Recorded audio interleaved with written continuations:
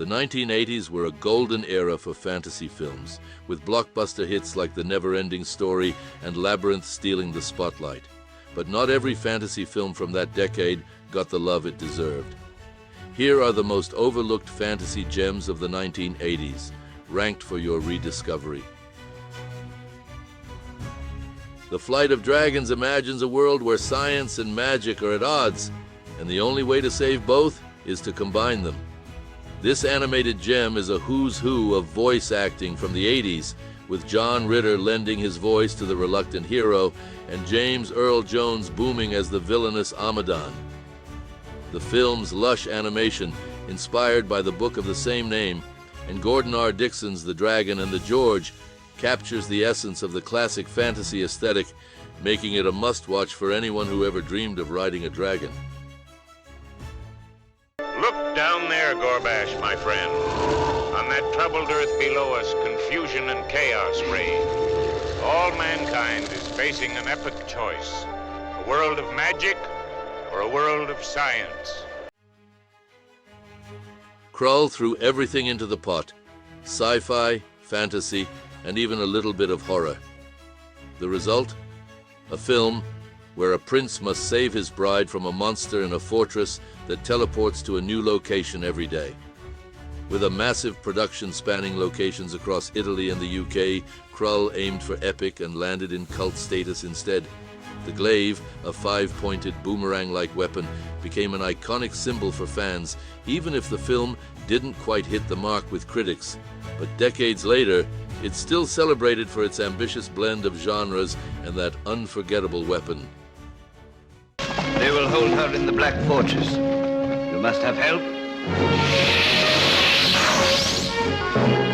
Thieves, bandits, fighters and brawlers. Desperate men. Those are the kind of men I need. Well, you heard him. We are now an army. The Adventures of Buckaroo Banzai across the 8th dimension. This is the kind of movie that defies explanation, unless, of course, you're a fan of interdimensional adventures starring a neurosurgeon slash rock star slash superhero.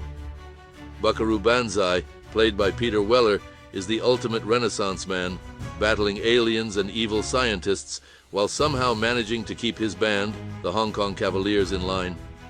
The film's quirky, offbeat tone, coupled with its bizarre mix of sci-fi and absurdist humor, has earned it a cult following.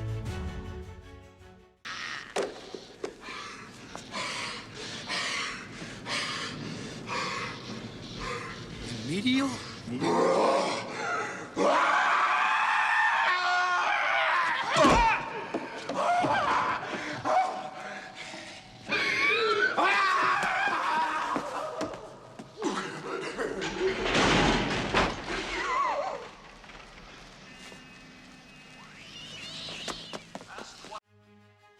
Ladyhawke takes the classic tale of star-crossed lovers and adds a medieval fantasy twist, with a curse that turns one into a hawk by day and the other into a wolf by night.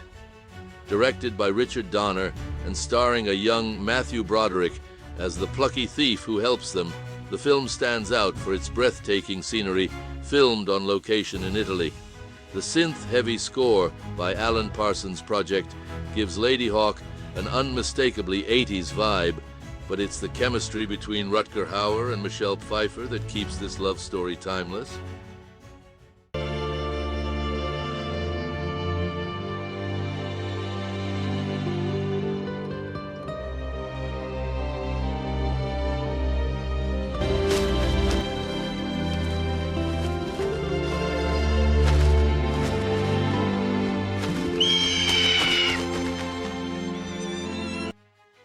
Animated films often get overlooked in the fantasy genre, and The Last Unicorn is a prime example.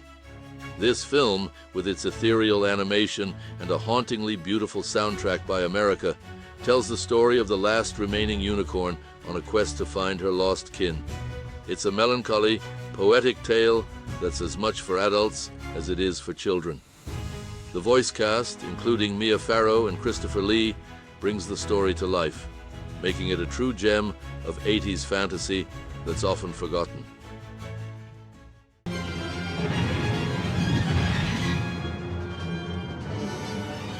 He's driving her the way he drove the others. To the castle, to King Haggard. Please, please do something. What can I do? Do you think the Red Bull likes card tricks? The Company of Wolves is a dark, dreamlike retelling of the classic Little Red Riding Hood story, directed by Neil Jordan. This film blends horror with fantasy, creating an eerie atmosphere that's more about mood than plot. Angela Lansbury's role as the wise grandmother adds a layer of gravitas, but it's the film's haunting visuals and exploration of fear and desire that make it a must-see for fans of the genre. It didn't get the attention it deserved, but it's a standout for its unique take on a familiar tale.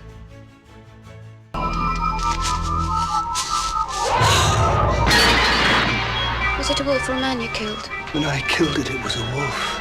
It turned into a man. Oh! Where's my daughter? Where did you come with my daughter? She ran away! No!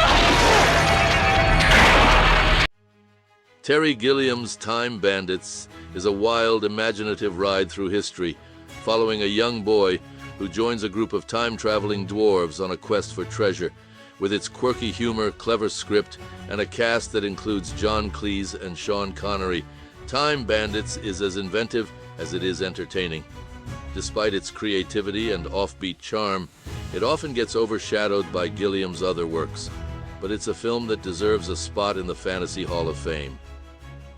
To see Close Encounters for the special effects. You went to Superman to see a man fly. You went to Star Wars for the droids. You went... Now what? What's page 2, man? It's under page 1. See? Oh, dear. Went to Star Wars for the droids.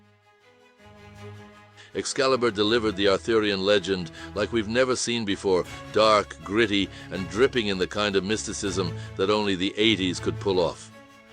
Directed by John Boorman, this film took the myth of King Arthur and drenched it in lush visuals, brutal battles, and enough shiny armor to blind a dragon.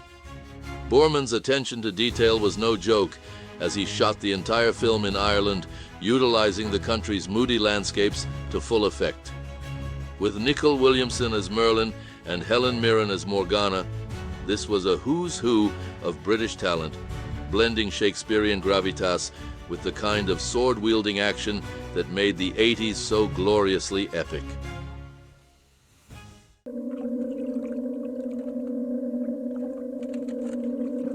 In the name of God, St. Michael and St. George, I give you the right to bear arms and the power to meet justice. Dragonslayer wasn't just another fantasy film. It was a technical marvel that gave us one of the most realistic dragons ever put on screen.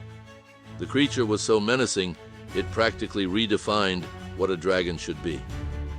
This was thanks to Phil Tippett's Go Motion animation, a technique that added just the right amount of realism and terror to the beast's movements. Despite being a Disney co-production, Dragonslayer was no fairy tale. It was a brutal, unforgiving glimpse into a world where magic and monsters were real and terrifying.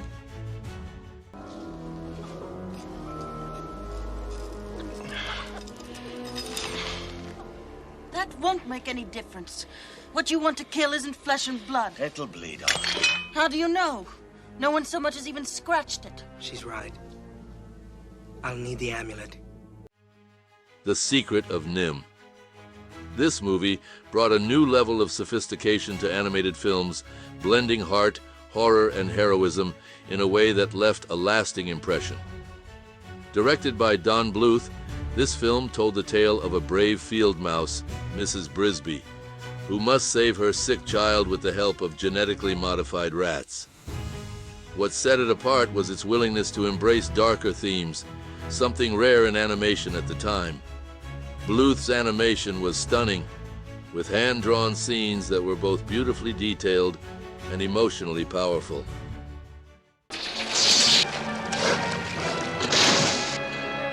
If I hadn't actually been near a cat, I'd be sneezing my brains out. I'm allergic to hay. Excuse me, pardon me.